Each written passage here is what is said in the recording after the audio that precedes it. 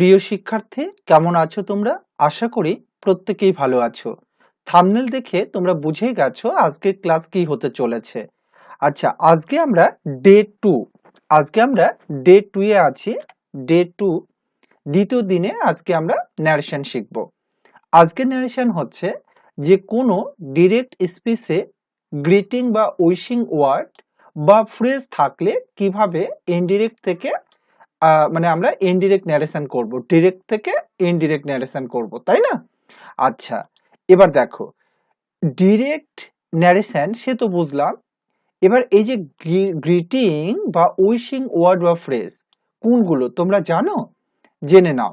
যে শব্দ দ্বারা উইশ শুভকামনা গ্রিট করা হয়, আমরা উইশ করি না? তো যে শব্দ দ্বারা গ্রিটিং উইশিং প্রকাশ করা হয় সেগুলোই কিন্তু হচ্ছে গ্রিটিং বা উইশিং ফ্রেজ বা ওয়ার্ড। এবার কোনগুলো দেখো, এই যে গুড মর্নিং আমরা উইশ করি না? আফটারনুন তার মানে good morning, good afternoon, good evening, এগুলো হচ্ছে কিন্তু উইশিং ওয়ার্ড। এবার দেখো, এছাড়াও দেখো আমরা কি করি, শুভেচ্ছা, merry Christmas day, happy new year বলি না? আচ্ছা, তো এই ওয়ার্ডগুলো বা এই ফ্রেজগুলো আসলে ওয়ার্ড বলা যাবে না, কারণ একের অধিক ওয়ার্ড হলে সেটা ফ্রেজে পরিণত হয়। তো গুড মর্নিং এখানে দুটো ওয়ার্ড, তার মানে এটা ফ্রেজ হয়ে গেল। গুড আফটারনুন দুটো ওয়ার্ড, এটা একটা ফ্রেজ হয়ে গেল, তাই না?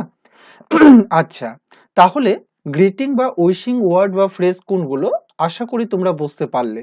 তাহলে এই যে good morning, afternoon, good evening, merry Christmas day, happy new year, এগুলো হচ্ছে কিন্তু উইশিং বা গ্রিটিং ওয়ার্ড বা ফ্রেজ। এবার এই ফ্রেজগুলোকে আমরা কিভাবে ন্যারেশন করব সেটাই হচ্ছে আজকের ক্লাস। এবার দেখো, ডিরেক্টে আমরা কি পাবো? ডিরেক্ট ন্যারেশনে আমরা যে স্ট্রাকচারটি পাবো সেটা হচ্ছে রিপোর্টিং স্পিচ। আমরা প্রত্যেকেই জানি যে ন্যারেশনের দুটো পার্ট, একটা হচ্ছে রিপোর্টিং আর একটা হচ্ছে রিপোর্টেড। এই যে গ্রিটিং, তারপর ইনভার্টেড কমার মধ্যে গ্রিটিং বা উইশিং ফ্রেজ থাকবে।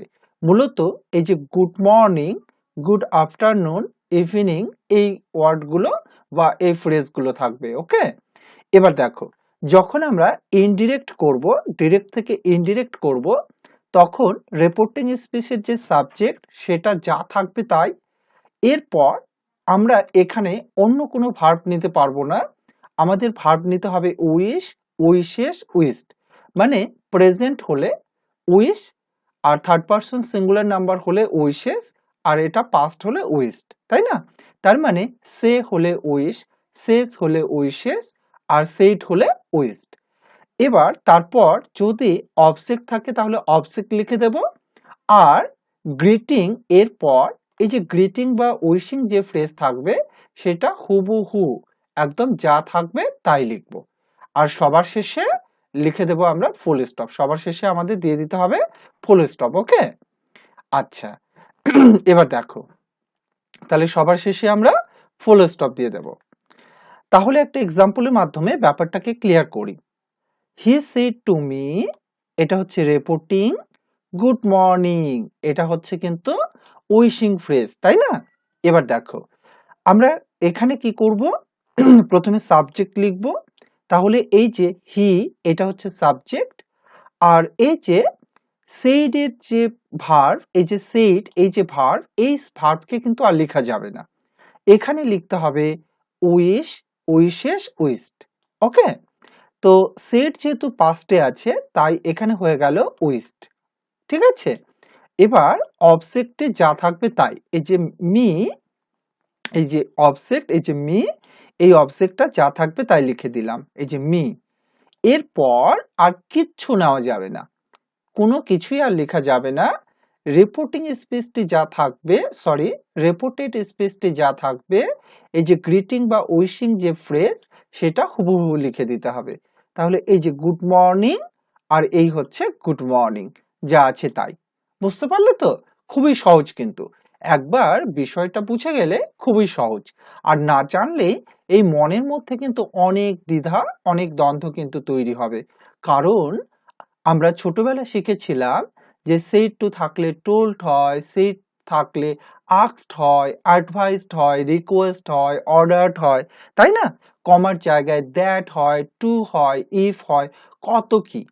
তো এই যে তুমি যদি না জানো তাহলে ওগুলোকেই তোমার কিন্তু এখানে ওই বিষয়গুলো কিন্তু তোমার মধ্যে দ্বন্দ্ব তৈরি করবে। আর তোমরা যখন জেনে যাবে যে গুড মর্নিং হচ্ছে একটা উইশিং ফ্রেজ, আর উইশিং ফ্রেজ গুলোকে এখানে কমার জায়গায় কোনো কিছু না লিখে শুধু ভার্বের জায়গায় আমরা উইশ লিখে দেব, আর সাবজেক্ট ভার্ব যা থাকবে, গ্রিটিং যে ফ্রেজ যা থাকবে সেটা হুবহু লিখে দেব। তাহলে কিন্তু দেখো গ্রামারটা একদম খুব সহজ, খুব মজার সাথে কিন্তু হয়ে যাবে, তাই না? আচ্ছা, এবার দেখো আগামীকালই কিন্তু ক্রিসমাস ডে। তোমাকে যে কেউ কিন্তু গ্রিটিংস জানাতেই পারে, উইশ করতেই পারে না যে হ্যাপি ক্রিসমাস ডে, তাই না? তাহলে দেখো তো এখানে যে এক্সাম্পলটা নেওয়া হয়েছে যে দে সেড টু মি, তারা আমাকে বলল হ্যাপি ক্রিসমাস, তাই না? তাহলে দেখো কিন্তু কালকেই কিন্তু হ্যাপি ক্রিসমাস, আর তোমাদের সবাইকে হ্যাপি ক্রিসমাস। ওকে, আচ্ছা, এবার দেখো তাহলে তোমরা শুরুতেই বুঝে গেছো যে কি করতে হয়। তাহলে আমরা এই সেড এর জায়গায় সেড এর পরিবর্তে কি লিখবো? উইশড। সেড এর পরিবর্তে কি লিখবো? উইশড। আর এরপর যে উইশিং যে ওয়ার্ড আছে, গ্রিটিং যে ফ্রেজ ওয়ার্ড আছে, সেটা যা থাকবে তাই লিখে দেব। ওকে, আচ্ছা, আশা করি বুঝেছো। এবার দেখো এখানে একটু ব্যতিক্রম আছে, যে সব সময় যে উইশ লিখবো ব্যাপারটা কিন্তু তা না। হ্যাঁ, এবার যদি বিদায় বোঝায়, কোনো একটা ফ্রেজ দ্বারা বিদায় বোঝাচ্ছে, তখন কিন্তু এই বিদায়ের জন্য তোমাকে বাইট লিখতে হবে বা বেট লিখতে হবে। তোমরা বুঝতেই পারছো যে বাইট হচ্ছে প্রেজেন্ট আর বেট হচ্ছে কিন্তু পাস্ট, তাই না? আচ্ছা, এই যে দেখো গুড নাইট, হ্যাঁ, গুড মর্নিং যদি বলা হয় তাহলে কিন্তু এটা উইশ হচ্ছে, আমরা উইশ করছি। কিন্তু যদি গুড নাইট বলা হয় তাহলে কিন্তু বিদায় হবে। হ্যাঁ, আচ্ছা, তাহলে দেখো আমরা এরকম গুড নাইট কিন্তু বলি, তাই না?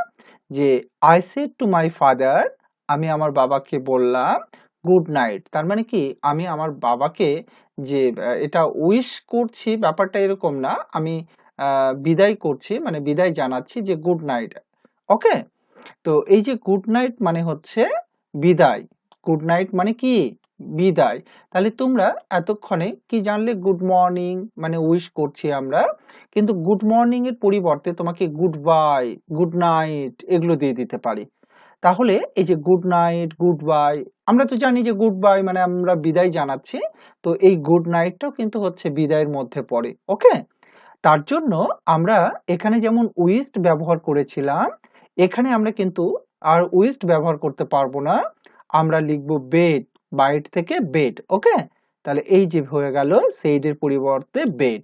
তারপর যা আছে সাবজেক্ট অবজেক্ট তো হুবহু বসবে, আর এই যে বিদায় যে ফ্রেজটা গুড নাইট, এইটা যা আছে তাই বসে যাবে।